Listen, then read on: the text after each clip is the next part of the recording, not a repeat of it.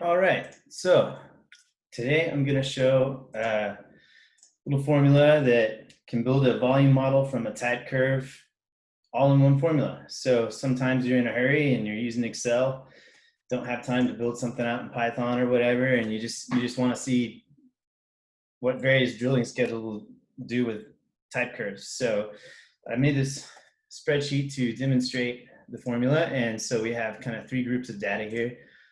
The first set of columns here is a type curve that we have. And so this is your production of your hypothetical well. And these are the months going down. The second group of columns here is the drilling schedule. And basically, whenever I put a well here, it can be 1, it can be 20. It will take this type curve and layer those volumes on top of the volumes from the month before. So this is the formula we're going to show you today that produces the volume model. So I'll just play around with this and demo it for you. So I can add a well in month 4 here, and you'll see the sawtooth happen here. So that is this curve, going down starting from month 1, and then we take it again and we pile it on top here in month 4. So that's this production piled on top of the original well right there. So you can see what one well a month would look like for 17 months. And then, it's your typical volume build out. You can say we're going to do 3 wells in month 5, and that's what that looks like. So it allows you to really quickly, simulate different drilling schedules and whatnot. So I'm going to show you how to build this formula right here and put those volumes back. So let's just do 1 well every other month for the month 1, 3, and 5. That's going to be our, demo schedule. So how do we build this? So normally, let me just get rid of that. Start over. Normally, a volume model spreadsheet will have a bunch of references, and it'll you'll have your months over here, and then you'll have your drilling schedule month up here. And so these, let me just simplify this for the sake of demonstration. But if I'm going to drill, 1 well in the first month, 1 well in the 3rd month, and 1 well in the 5th month, what you essentially want to do is you want to take this type curve, and I'm just going to take the first 12 months of it, but I would put, the first type curve there, and then in month 3, go down to month 3, I got another one, and in month 5, another one. And then your totals would be, the sum of all these rows going down. That's your volumes build out. And pretty much any of you have seen one of these spreadsheets if you've ever looked at a data room. People do it various ways, but you end up with a lot of references, and so you can see that those numbers match what we just built there. So how do we make this all a bunch of formulas, or really all in one formula? So let's go ahead and go back and try to build this out just classically. So you can put basically an if statement here that we want to have a reference month to look up to, is what we're getting at. So instead of our volumes, we can think of it as we're just bringing over month 1, 2, 3, and we stagger it on down. That's kind of what we want to build, because we're going to throw this inside an index match, and it'll bring the volumes over. So the first thing we have to set up is that staggered month. So we say equals the month we have minus this month above plus 1.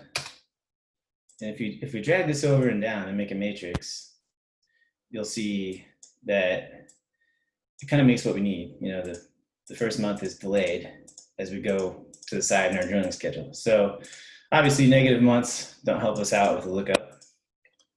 So we can put that inside an if statement. If this guy,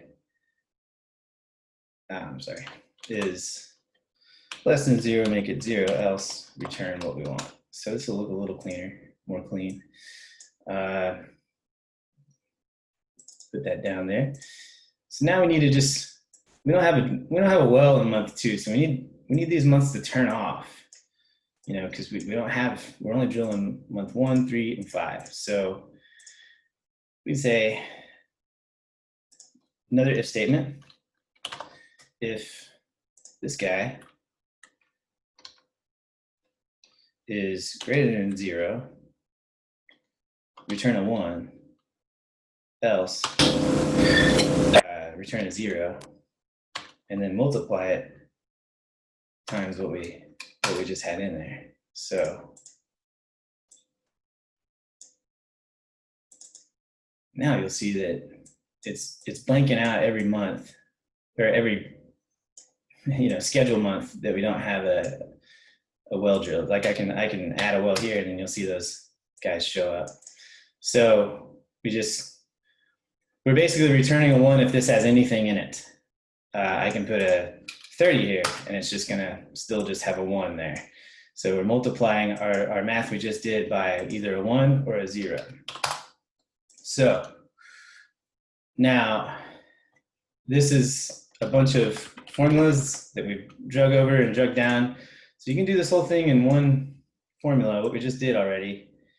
We can just do an array formula. So we're gonna say,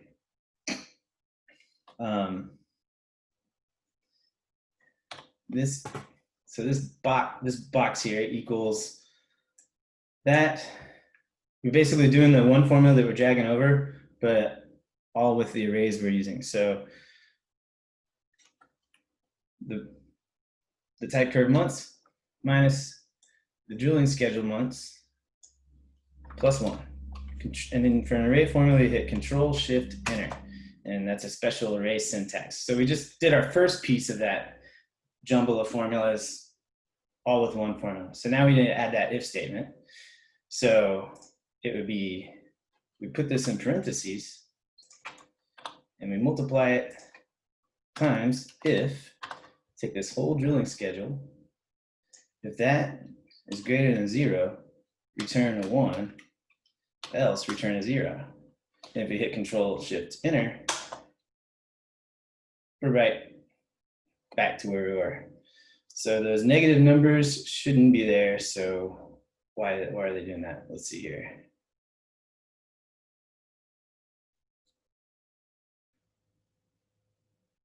Oh, just put this inside of if, you know, if all of, if everything we just did is less than 0, return a 0, else return what we just did. Now we got a clean reference of type curve start months, and then I can still put like 300 here, and it's just gonna have that 1, you know, we're bringing over the type curve months just like this. And then so we're eventually gonna wanna add in the capability to multiply all of this times what we have in our drilling schedule. But right now we're just trying to get a reference to look up the type curve. So just a quick review of index match. I want to bring the type curve over here using these months, which is a simple index. We're going to index this array over here. We're going to match the month we have to the left here in the first column. And we're going to bring over column 2. Hit that, and it's going to bring down the type curve. So let's put this whole thing inside of an index match. So index, this is actually going to go in, this matrix we just made is actually going to go inside our match, not inside our index. So we're going to index what we just did, that type curve column, and we're going to match this giant array we created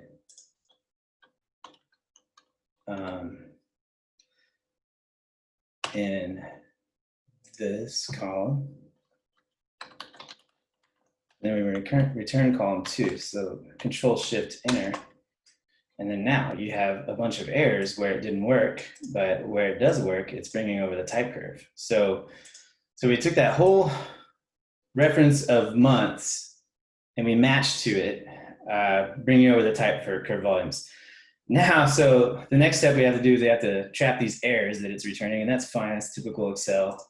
So if error, put it inside of if error. And if it's an error, return a 0. And it'll look a little more legible. Okay, so we're bringing over the type curves. We're getting real close. And if I type a 30 here, it doesn't work. So we need to basically take this whole thing and multiply it times this again. So all of this stuff we just returned, we'd say times, well, hold on. When you do the array form, you have to highlight all the cells that it goes into. So I'm gonna multiply this times that. And I might get an error here. Okay, no, all right. So now if I type 20 here, boom, we got 20 of those bad boys in month 7. So we're really close. We have one formula that's returning all of our type curve volumes. I can have three wells here, and now you get 3 wells. So we need to sum all of these up. Like our goal is to have the sum of all of this returned in one formula. And this would represent our monthly volumes for that drilling schedule we have up there. So almost done. Let me delete these crazy numbers here and just keep it simple. If you want to sum this matrix, you can do a matrix multiply. If I matrix multiply this array right here times a 1D array of 1s, go in the direction we want to sum it, like this. Let me create the array of 1s here. If I matrix multiply this bunch of numbers times this, it will return what we need. So let's just do that. Let's take this whole formula here and just copy it. And we're going to select where we want it to go.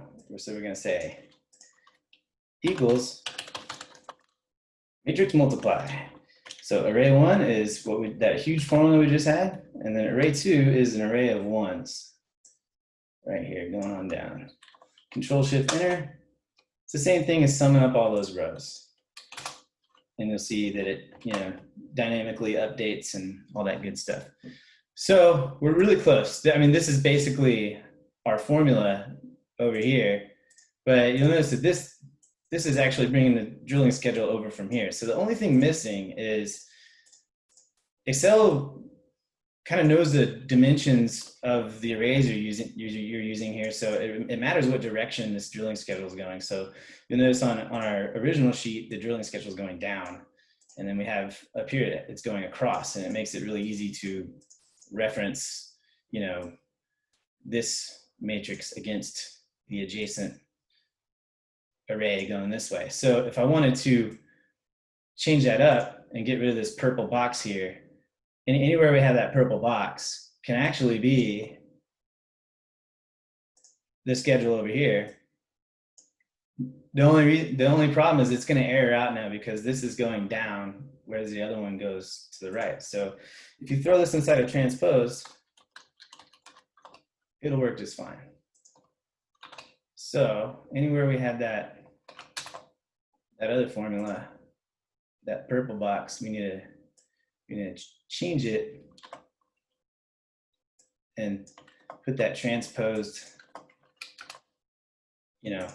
function in there. So I can even say, like this isn't even being used anymore. We're actually now we're referencing the drilling schedule over here. So I put 20 wells there, and you'll see that they come up over here. So, oops, that's the key there is those transposes. So now the last thing is, how do you get an array of 1s to use inside this formula? This formula I have over here, like I don't have an array of 1s anywhere in the spreadsheet. So you just kind of got to fake it.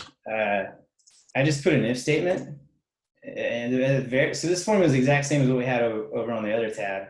But at the very end, when I matrix multiply all of this, it's inside a, if it errors, make it 0. If it's less than 0, make it 0.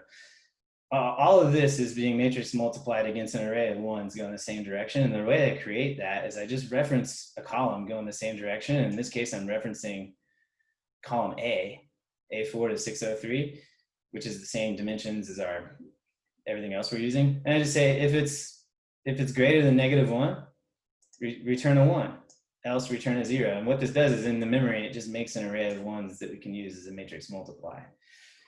So that's it. This is a very useful formula. You can see how you could, make it reference different type curves in a different tab. You end up with a really clean spreadsheet that anyone can pick up and drive really easily. You don't have a huge, table of references and lookups and stuff. You could have all your type curves on one tab. You could have your drilling schedule on another tab, and then your volumes be on another tab. You could keep it real clean. You can even do a half well and risk it a little bit. 0.75 wells. This is 1, 2, 1, 3, and you can just kind of really play around with it. So I hope this was informative. Maybe you learned something. Excel can still be useful these days, of course, especially when you're in a hurry. If you want this spreadsheet, feel free to reach out to me or anyone else at Colleague Gillespie. And if you like what you see, make sure you hit like there on LinkedIn. And thank you for your time.